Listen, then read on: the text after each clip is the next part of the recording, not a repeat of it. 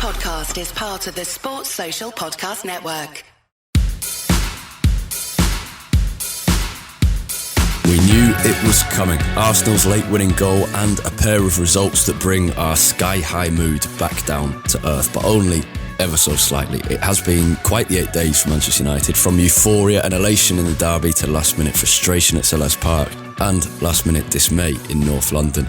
And yet, there is an unerring faith in the direction of this team under this manager. A very warm welcome to the Manchester United Weekly Podcast. Thank you for joining us. I'm Harry Robinson, and with me as always is Jack Tait. On the show today, we'll review that 3-2 defeat against Arsenal. We'll preview United's next match in the League Cup semi-final at Nottingham Forest on Wednesday night. We'll give you your regular extensive youth, loan and United women roundup. Mark Skinner's side moved to the top of the Women's Super League this weekend with a win against Reading. More on that later. And a goal from Ahmad in a derby up in the North East. We'll play Guess the Player too. In the middle of the show, our patrons will get a bonus Q&A where we talk a bit about Marcus Rashford and a bit about United's overall ambitions going forward. Jack, let's begin. Your first thoughts on Sunday afternoon's game?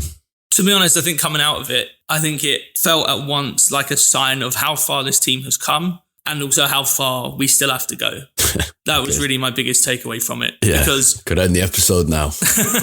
Like, you think about that first half, we went pretty much toe-to-toe with Arsenal. They were definitely more threatening than we were. We didn't really create any good chances, but with a lot more controlled possession than I ever expected that we would going into this game. We very clearly were more in the game in possession than we were against Man City. We were not sitting back to any real degree. And it felt like it was a relatively even game for the majority of the first half. Like I said, albeit with Arsenal creating more actual chances than we were. But then the second half was by far the clearest example you could ever want that this team isn't quite yet at the level of title challengers and title winners potentially. And that's something that we knew already. You know, you look at the first half, we would not have been able to get as close to potential league winners, league leaders this time last season. And this time last season, we were getting beat 4-5-0 by league leaders in Liverpool and Man City. So this team has come a long way, but there are still a few levels that we just don't have yet. Yeah, on a very basic, I mean, the most kind of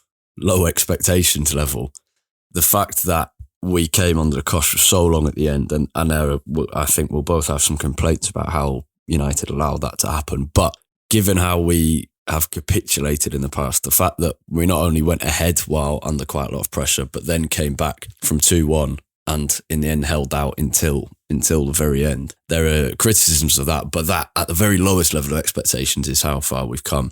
The manner in which it ended was really, really poor. And I guess what's so frustrating is the fact that we are a team on the up, and we know we're a team in transition, as we always say, and have done basically since this podcast began, because United have always been in transition for the last decade.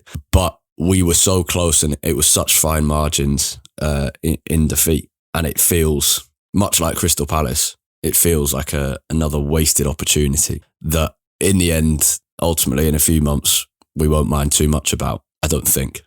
We'll see how things pan out over the next few months and whether these two results will really affect where United finish. Perhaps they will. But coming off the back on it the day after, it's that frustration that we went toe-to-toe with the league's best. And it was just at the very end, we didn't have that concentration and focus and commitment to detail, which is something Lisandro Martinez referenced post-match to see it through. When attention to detail, and the biggest thing, to be honest, was I think this was the first time in quite a while that our squad depth was exposed, our lack of squad depth.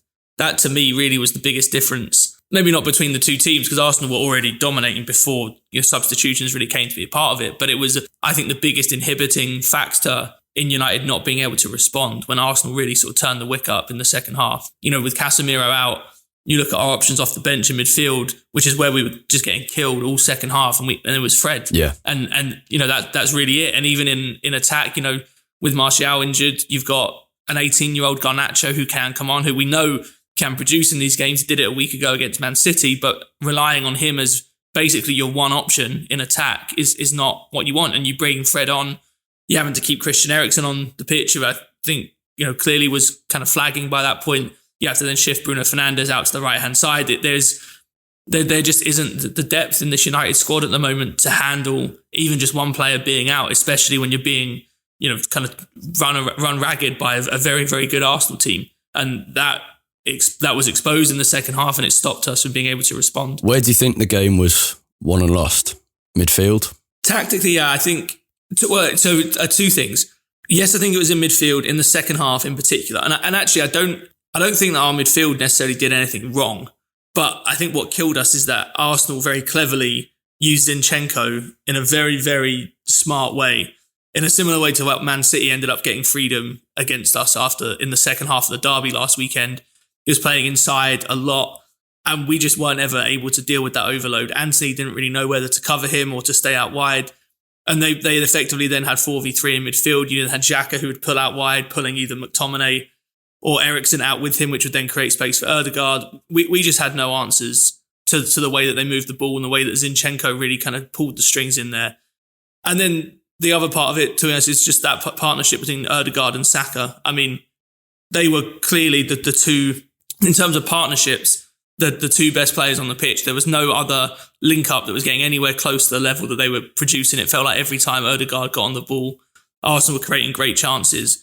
So, yeah, it probably was in midfield where we lost the game, but I don't think I could point at any one of our midfielders and say they weren't good enough on the day. I think it was just that we, as a team, we didn't figure out a way to deal with the way that Arsenal approached the game tactically, especially with the use of Zinchenko. Yeah. He made a big influence, and it's interesting because I was in the away end on Sunday. I find it really interesting the different perspectives you can get from watching at home and watching in the ground. And you're so close to the pitch in at the away end, or not close to the pitch, but kind of level with the eye line with the pitch, that it's often quite hard at the Emirates in that position to really see the kind of details of the game. You're more getting a sense of the flow of the game. And to me, watching in the away end, the first half felt like we were getting really dominated. Is that the sense that you got? I felt like we were getting dominated in terms of chances being created, yeah, but I didn't feel like we were being dominated in terms of the general flow of the game. We had a fair amount of very controlled possession where, we moved the ball relatively well through midfield and in defence. Arsenal pressed us high up a few times, and De Gea's kicking certainly hindered us in that aspect a little bit. It just felt like we weren't really ever able to get anywhere near Arsenal's box. I mean, obviously the first goal was a piece of brilliance by Rashford. To be fair, I thought Weghorst did well in the first half with some great hold-up play, but our right-hand side, Antony, had a really poor game. It just felt like we weren't ever really able to threaten Arsenal, but I didn't feel like the general flow of the game was that we were being dominated, but it did feel like they threatened a lot more than we ever did in the first half. Definitely worth reflecting on that Rashford goal. I mean, we've spoken about his form and how much we're enjoying it, but that level of quality, wow, to spin again. Yeah. At that point, Arsenal were definitely having the better of the game. No, I don't think. I'm pretty sure our expected goals at half time was like 0.11, and to just pull that out. Yeah, it really felt. Football's so funny, isn't it? Because if United draw that game, a lot of the chat will be about Rashford's goal and that kind of quality. Say United go on to win that game 2-1 or 3-2, a lot of the chat would be about kind of Rashford has been in great form, but this is where he dragged United forward and whatever. But it doesn't work like that for obvious reasons, because the conversation's always dictated by the result. But that goal to do it out of nowhere is just brilliant. It reminded me of the one he scored away at PSG a couple of years ago, where you just thought, and that was kind of the problem, in that we were very reliant on him. You mentioned Antony having a poor game. I agree. I think Weghorst held the ball up well, but looked leggy at times, as he did it at Crystal Palace. And a lot of the time, it's so difficult with him because of his height. You expect him to be good in the air, and we were told before he signed that he wasn't.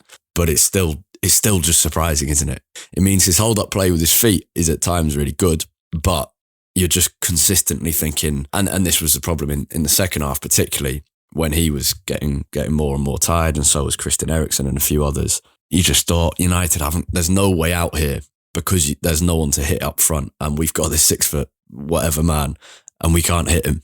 It's a really strange situation. Let me start actually from the Rashford goal first. Yeah. I mean, brilliant. Like, honestly, brilliant.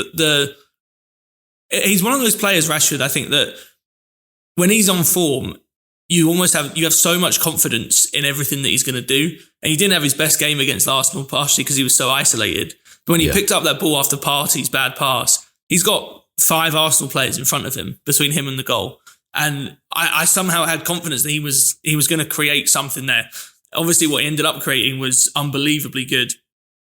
And like you said, it's funny how results can change narratives so much. I thought the same thing after the Palace game in midweek. That would have been, a scrappy, dogged win that United got praised for months, or not months, but for days after the game. As it is, you concede a late free kick and it's a poor performance. The wheels have fallen off, all this stuff. With Rashford's goal would have gone down as a seriously iconic moment for this season if we'd have hung on at the end. As it is, it's probably going to kind of be forgotten in the defeat. On Weghorst, it's an odd one. I felt in the second half, firstly, you're right, he did look leggy the whole game.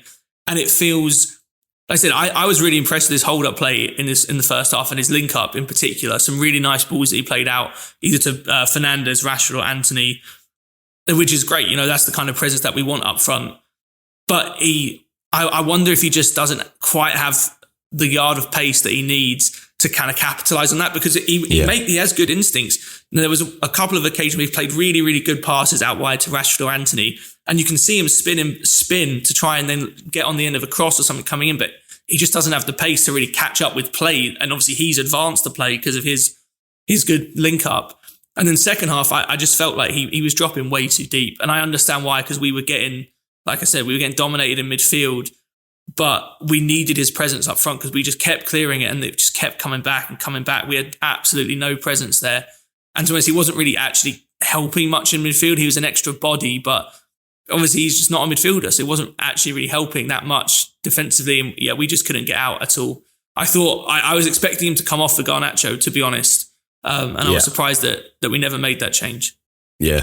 I was slightly distracted when you were speaking by thinking, you mentioned the Rashford goal again, thinking about great goals in defeats, i.e. Patrice Evra at Bayern Munich or Di Maria against Leicester in the 5-3. I'm going to try to think of a few more while we continue speaking. But yeah, that was, I think there's so much faith in Ten Hag and the progress has been incredible. I saw a good stat, the 23 games since 15th of September, which so doesn't include wins against Liverpool and Arsenal. There was a defeat against Real Sociedad and those terrible first 2 games this season. I don't know why they've chosen 15th of September, but I'm going to go with it. The 23 games since then, 17 wins, 3 draws, 3 defeats, a 74% win ratio. It's obviously a tiny sample size, but it's one of them like how much better that is than kind of every United manager ever. Unsurprisingly, because it's a small sample size, but surprisingly, because this is just not what we expected at all. But there's so much faith in him, but it did feel, and it felt a bit like this against Crystal Palace as well. And there are 2 reasons for it, but United just let the result slip. And not just through the brilliance of Arsenal and not just through the brilliance of Michael Olise's free kick, though both of them were very good, one as a team, one as an individual, but also because we weren't really proactive in kind of wrestling control back in the game. We let it slide against Palace and it felt so passive against Arsenal. We invited the pressure onto us. We couldn't get out. There was no out ball. What do you think about Ten Hag's role in that?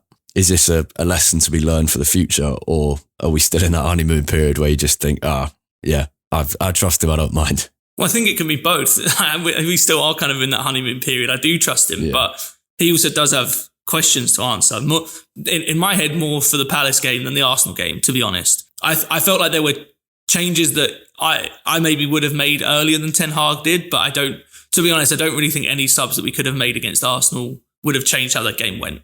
It was basically, can we get lucky? And they don't score one of those chances at the end. I don't know what we could have done with the options we had off the bench to stem that tide that was coming at us. God, it felt like the scenario for Garnacho to come on into after about 70 minutes. And then it got to 80 and you thought, right, we've seen out 10 minutes of this, but we're not going to see out another 15. It got to 85. And there was actually a point we'd been under real pressure from, I can't remember exactly, but about 70 to 84. And for the first time, we got out of our area, we won a corner, and then the way we gave the ball back was, I think it was Fred and Wan-Bissaka didn't communicate, so Wan-Bissaka stepped back. Yeah, and they fouled Saka, didn't they? And at that point at 85, you suddenly thought, oh, hold on, we've got out of that bit of pressure. We might actually be able to hold on here. It was wasted. And then another 5 minutes went, and still there was no change. And you just thought, that felt like such a missed opportunity, because we kind of had luckily ridden out 15 minutes. And then we let it get away with a lack of communication or mistake, but also not a pair of fresh legs to let us get out of that consistent pressure. Yeah, I mean, like I said, I think Garnacho should have come on. I was surprised that we didn't make that change, because Weghorst was clearly struggling and just wasn't giving us any presence up front anyway. So you might as well have another player that can stretch you in behind if you're not going to have presence with a bigger forward like Weghorst in there. I still am very sceptical whether it would have made any great difference, just given how well Arsenal were playing and how tired most of our players were. But I think I will be much more critical of Ten Hag for the way he handled the Palace game, because, I mean, firstly, the Casemiro yellow card, you talk about sort of domino effect. And I understand that that's not necessarily Ten Hag's fault that Casemiro made that challenge, but you felt like he probably could have brought Casemiro off a little earlier. That is also partially down to the team playing so badly in the second half that we didn't feel like we had the luxury of doing that. We should have put that game away much sooner than we did. But the Arsenal game felt so important that to me at 75, 70 minutes might be the time to bring Casemiro off, avoid that yellow card situation happening in the first place. But I think, to be honest, I think what I've noticed in the second half of games when we're leading is that where we struggle is that obviously when you have a lead and gets to the second half, teams are going to put you under more pressure because it gets a bit more urgent for them. They aren't going to sit back, let you have loads of the ball and then just hope to get lucky. They are going to put you under more pressure. And United we still aren't confident enough, and or don't, whether it's confidence or it's just purely that we don't know how to and don't have the ability to. I don't know sort of where the balance lies between those two things.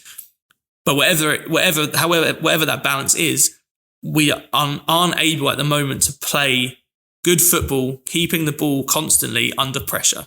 And that is still, to me, the biggest reason why we struggle in these games when we're leading. Because against Palace, I'm not saying they were giving us... It's that fragile improvement, isn't it? Where we've seen really good improvement, but when it really comes under pressure, and we saw this against City as well, but I think we a little bit, well, we obviously got lucky with one of the goals, but even when we were playing out from the back, there were times where we got lucky, but it's that, it's still, you still don't have full faith in it, even if I'm kind of buoyed by what I'm seeing in terms of progress. Well, and you saw it against Arsenal too, a few times in the first half, especially when we did have possession and they'd put us under pressure, we panic. And against Palace, I just felt like, and the other thing, away from home especially, the Emirates is a bit different, but at places like Selhurst Park, the pitch is so much smaller than it is at Old Trafford. And that's a consideration that I often feel like goes a little bit unnoticed when you think about the differences playing home or away in the Premier League. At Old Trafford, we've probably got 20 yards of extra space to play with when we have the ball at the back compared to Selhurst Park. It does make a big difference. And I just don't think this United team is at a point yet. We can play well out from the back when the conditions are all in our favour. But once they start getting a little bit more difficult, I don't think we're good enough to do that. And then when we started pumping the ball on, we play right into Crystal Palace's hands. They can win the second balls, stop us from getting out. I mean, we had absolutely nothing in the second half against Palace. Yeah.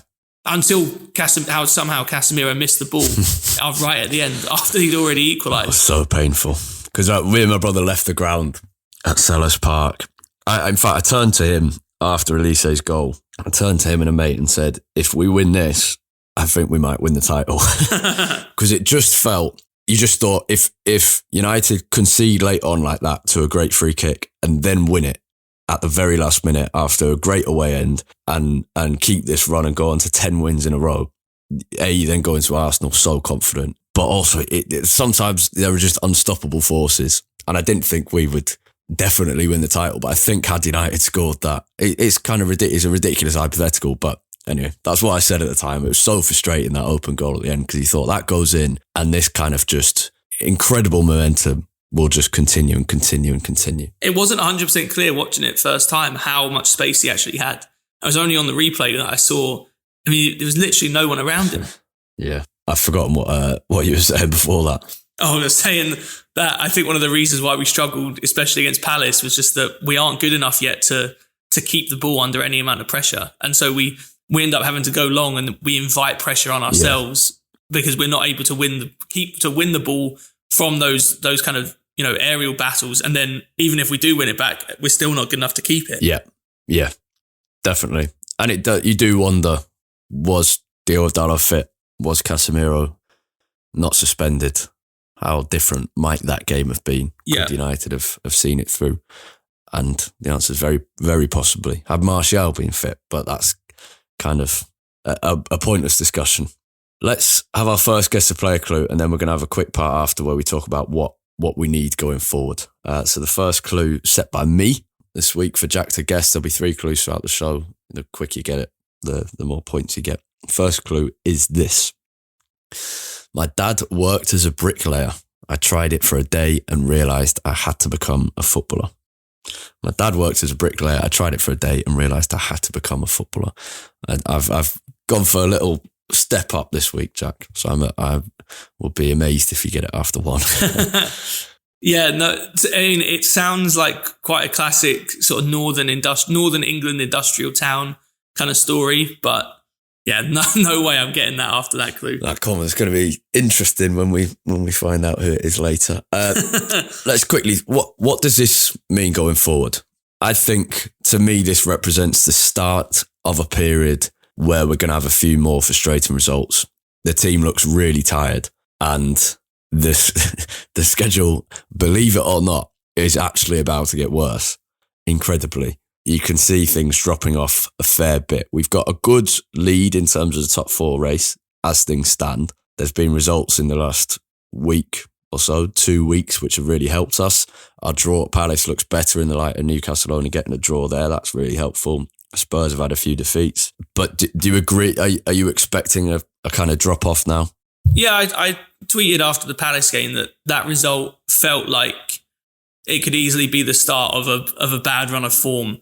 We've been a streaky team for a number of years. To be fair, we've arguably still been a little bit streaky under Ten Hag, but the streak has just been good for very long.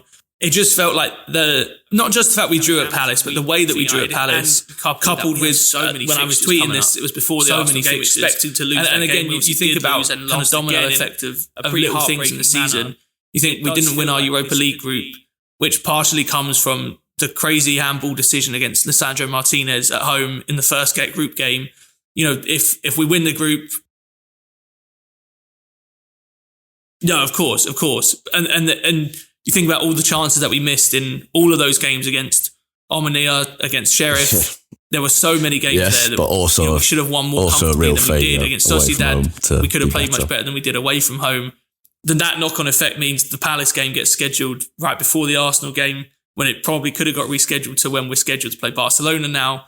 It's just, everything is piling up. And I think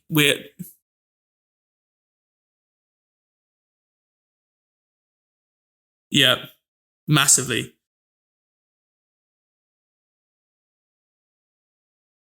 There's a couple of things we need as well. Everything's piling up, and Jadon Sancho's return to training, we need him to come. Even if he can only play 1 game a week, but he's not with Weghorst now, so right. we can get, we and need him to Rashford come can step in, especially if Sancho comes thrive. back. We need Anthony Martial to just be got a fit decent for player more on the than left one wing, game Garnacho as well. more than one half That's of football at a time. Yeah.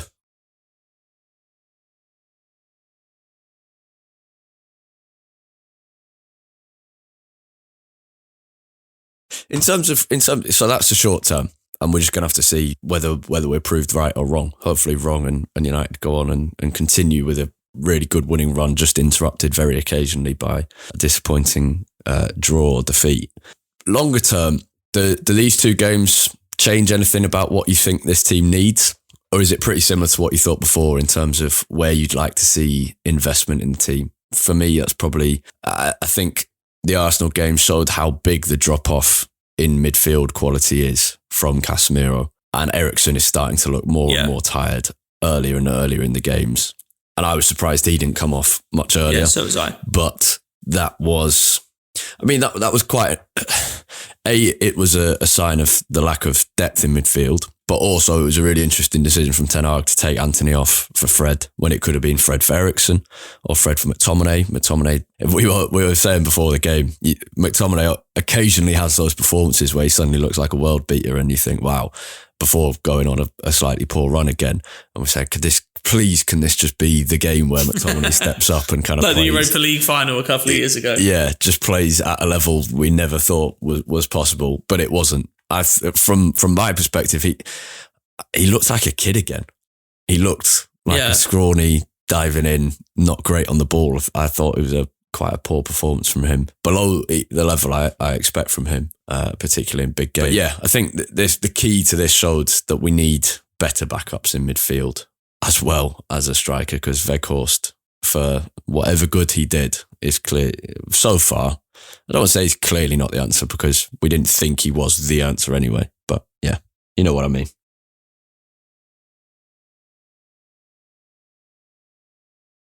Yeah, I think I don't think this changes any thoughts on what we need. I think what it does is it reinforces how badly we need things. I mean, how badly we need to keep improving this squad. I think there was, and I don't get the sense from Ten Hag or anyone inside the club necessarily, but I think potentially from the media, maybe from some fans, I think, this great run of results has maybe glossed over to some degree how fragile the progress that we've made is. We have made a lot of progress, as we said at the start of the season, at the start of the episode. I think that is not up for any kind of debate, but it does only take, 2 or 3 things to go wrong or 2 or 3 players to be out, and suddenly this United team looks pretty average again and back to some of the things that we saw last season.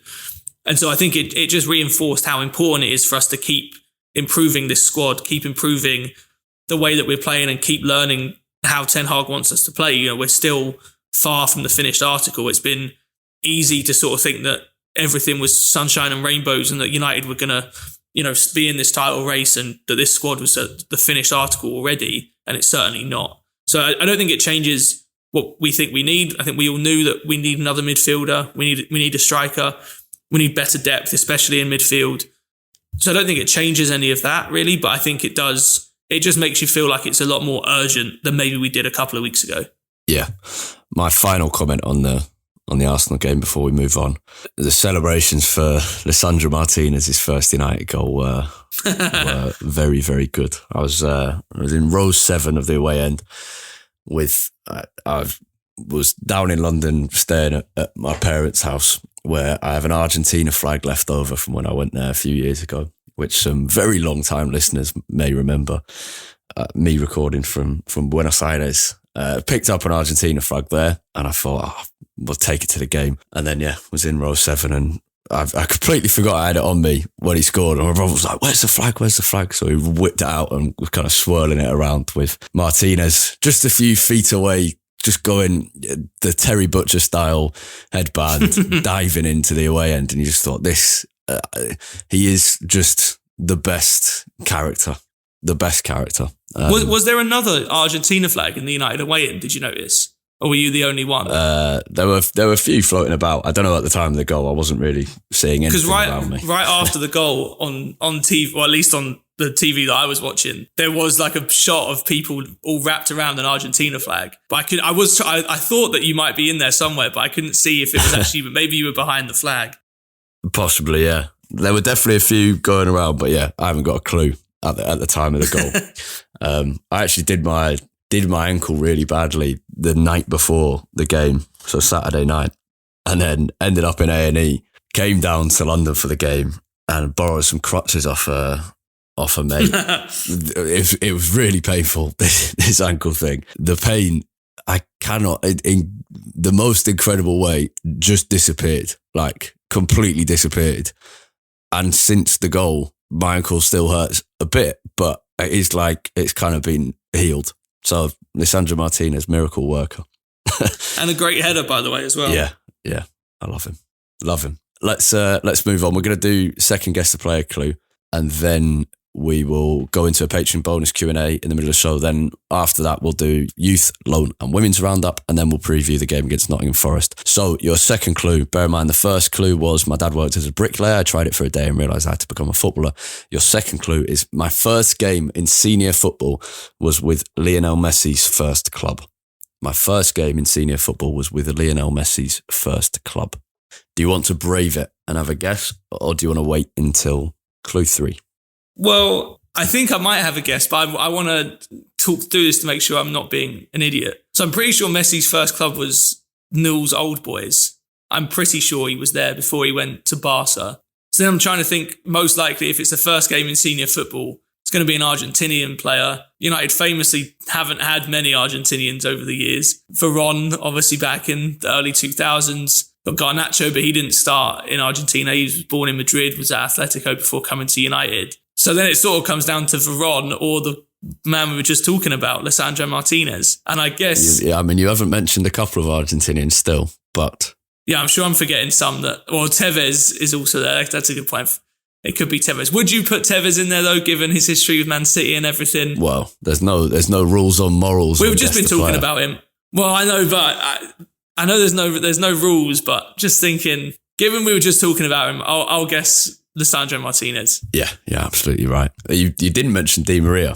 Was it actually him? Oh. Yeah, Lisandro Martinez. Yeah, you literally mentioned him earlier in the episode as well. Yeah, didn't mention Di Maria, who started with Newell's rivals Rosario Central. But yeah, he didn't play for Newell's. Neither did Carlos Tevez. He started with Boca Juniors. Well, he played for a junior team as well, but mainly Boca Juniors youth team. But yeah, Lisandro Martinez, Newell's Old Boys. Messi never actually made any senior appearances for Newell's, did he? He moved to Barca when he was like 15. Even younger. I was trying to throw you off. I thought because then you might debate between whether Newell's counted as his first club or whether Barcelona. Right. The third clue would have been another slightly mysterious one in my nickname is an old profession. Oh, okay. I was trying to make it hard because it's got to be hard when it's a current player. You can't make it too easy. Right, let's go to our Patreon Q&A and then we'll be back afterwards. Sports Social, now on the Sports Social Podcast Network. Hello, I'm Brian McClare. I used to kick a football around for Celtic and Manchester United. These days, I'm joined by special guests to talk anything and everything on my podcast, Life with Brian. When you meet footballers, you're just giddy, aren't you? You kind of like, they've lived your dreams. Me and Bez, we're inseparable a lot of the time. So join me and listen to Life with Brian, the Brian McClare podcast, wherever you get your podcasts. Okay, let's begin the roundups with the under-21s. Both under-21s and under-18s had dramatic 3-2 wins. The 21s away at West Ham, who went 2 goals up, dominated in the first half. United came back in the second half, 3 goals. Joe Hugo with a penalty first, then Mark Gerardo to equalise, and then 85th minute, Sonny Al-Jafri winner. That's a great win for them. As I think I've mentioned a couple of times, United had a really... Not a really poor first half of the season, but you might have looked at it and thought that's really poor. Loads of draws, too many draws. 7, which is still the most in the league after 15 games played. I think it was 7 from 12. And so to get another win and complete the full comeback is great for them. The under-18s beat Liverpool 3-2. Slightly less dramatic in that United went ahead through James Scanlon. Liverpool equalised with a penalty. Then they had a player sent off, Shea Lacey, the very young winger, playing really well and helping contribute to Liverpool's Callum Scanlon being sent off in the second half. Then Manny Norquette scored a typical striker's goal to put United 2-1 ahead.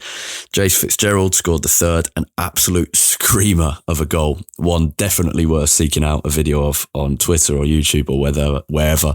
Just an incredible strike against Liverpool, which must have been immensely satisfying for him. And Liverpool got one back in the 93rd minute, but United won that game 3-2. The under-18s are currently, for interest, not that it matters hugely, are currently 3rd in the under-18 Premier League, but have played fewer games than pretty much everyone.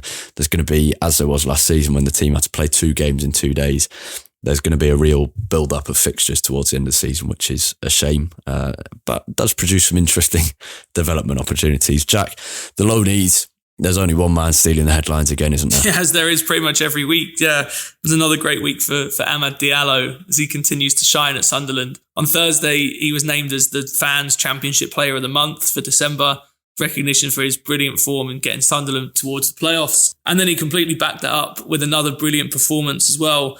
He helped Sunderland beat Middlesbrough for the first time in, I think it was 8.5 years, beat Michael Carrick's Middlesbrough, obviously, in a very sort of United-themed game. Amad played brilliantly throughout the game and capped off his performance with a goal with 10 minutes from the end to cap off the win for Sunderland. Middlesbrough were down to 10 men. Michael Carrick's team still going well, firmly in the playoff places in the Championship at the moment. But Amad is propelling Sunderland, to great heights. And Tony Mowbray, Sunderland manager, said after the game, he is in absolutely no doubt that Amad has the quality to play for United's first team at the moment. So Amad continued to do well. It was slightly less positive for Ethan Laird at QPR. He had to go off injured after 38 minutes. It's disappointing for him. He's had a really good spell in West London so far. QPR manager after the game was asked about Ethan Laird's injury, and he said it's a hamstring. It was bad enough to force him off. So it's not looking good, and mentioned how well Ethan had been playing and how much of a big miss it would be for QPR if he's out for a significant amount of time. He's got a bad injury record as well. Yeah, and again, massive shame because he's had such a positive spell at QPR so far, and he's a really important player for them. QPR will miss him a lot, so fingers crossed it's only a low-grade tear or strain of the hamstring. In the other loan news from players that are already out on loan, Hannibal Mejbri, he had a disappointing day for Birmingham. They lost to Alvaro Fernandez's Preston. Alvaro Fernandez didn't get on the pitch. Hannibal did start for Birmingham, but was hooked after just over an hour after a pretty disappointing game for him.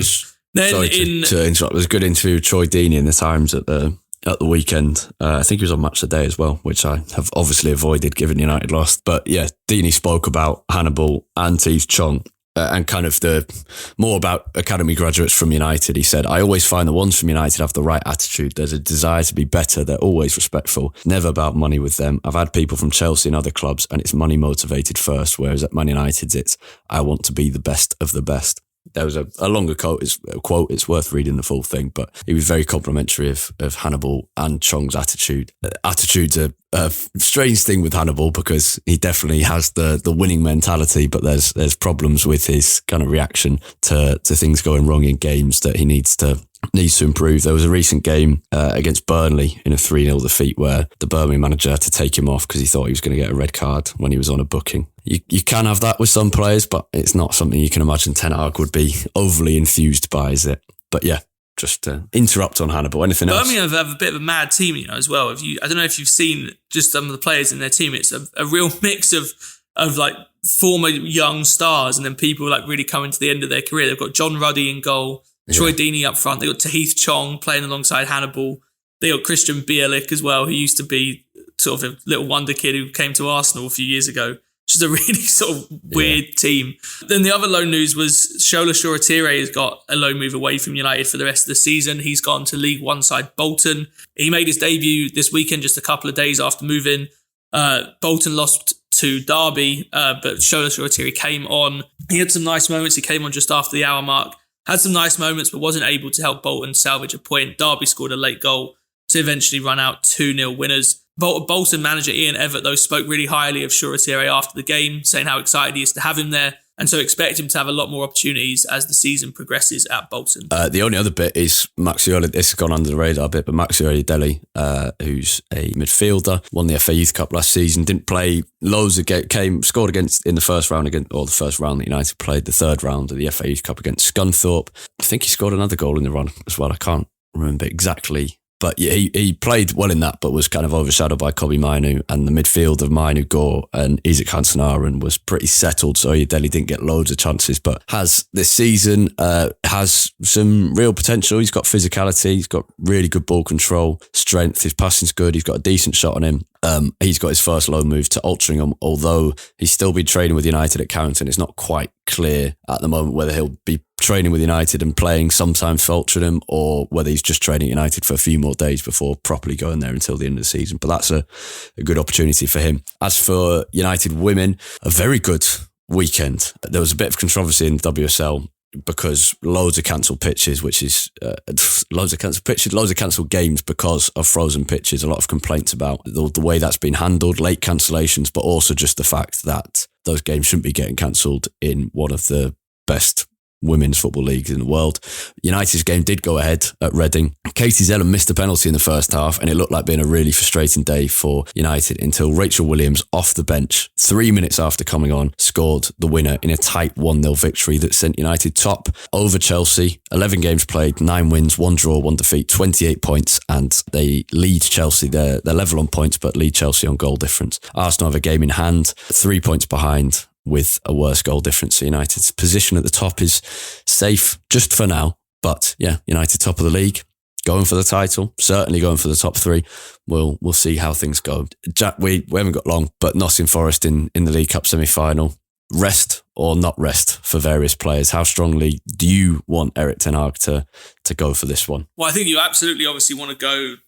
You want to make sure you're strong enough to win the game, but I would definitely be in favour of giving some players a rest. Especially given how many games you've had. Legs, doesn't it? It does help being 2 legs. I mean, something that may see United go stronger than we expect is that we play Reading at home at the weekend in the FA Cup. So that is obviously also a game you would earmark for rest. So it wouldn't surprise me to see Ten Hag go strong in this one and rotate a lot more against Reading. But I think over the next, if the next 3 games are Nottingham Forest twice and then Reading and the FA Cup in between, I think you don't really want to see any player, at least not any player that usually starts every game. You don't want to see anyone playing all 3 of these games from the start. Yeah, it's a good opportunity for some of them to literally just play one game.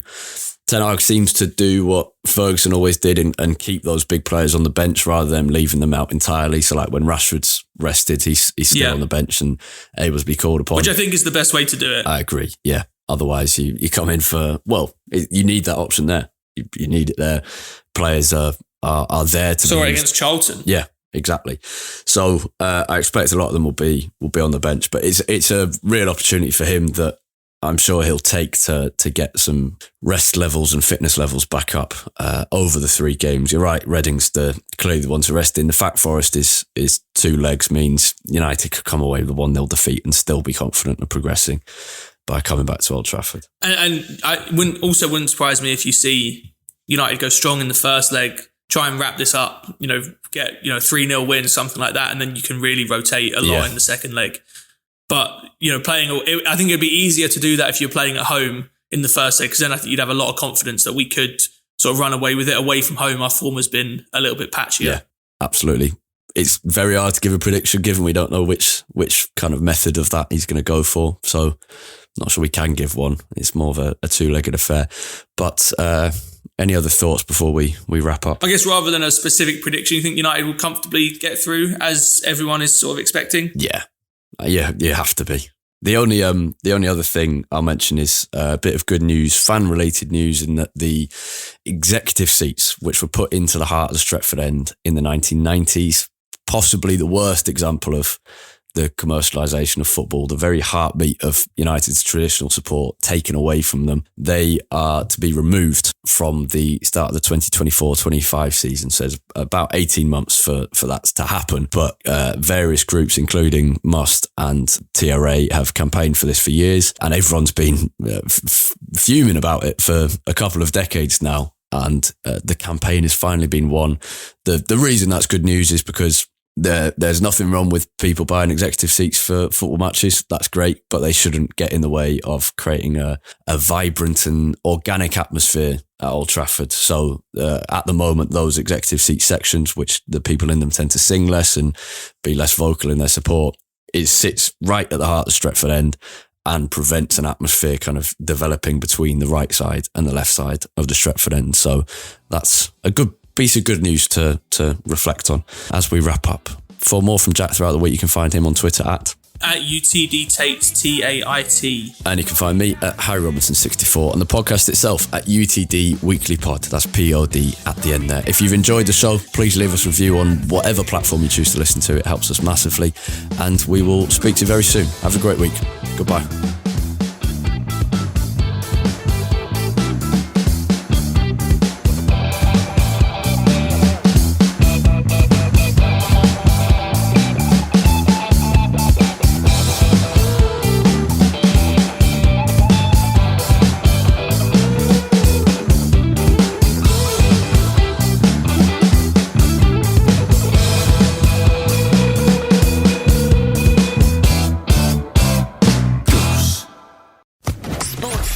Podcast Network.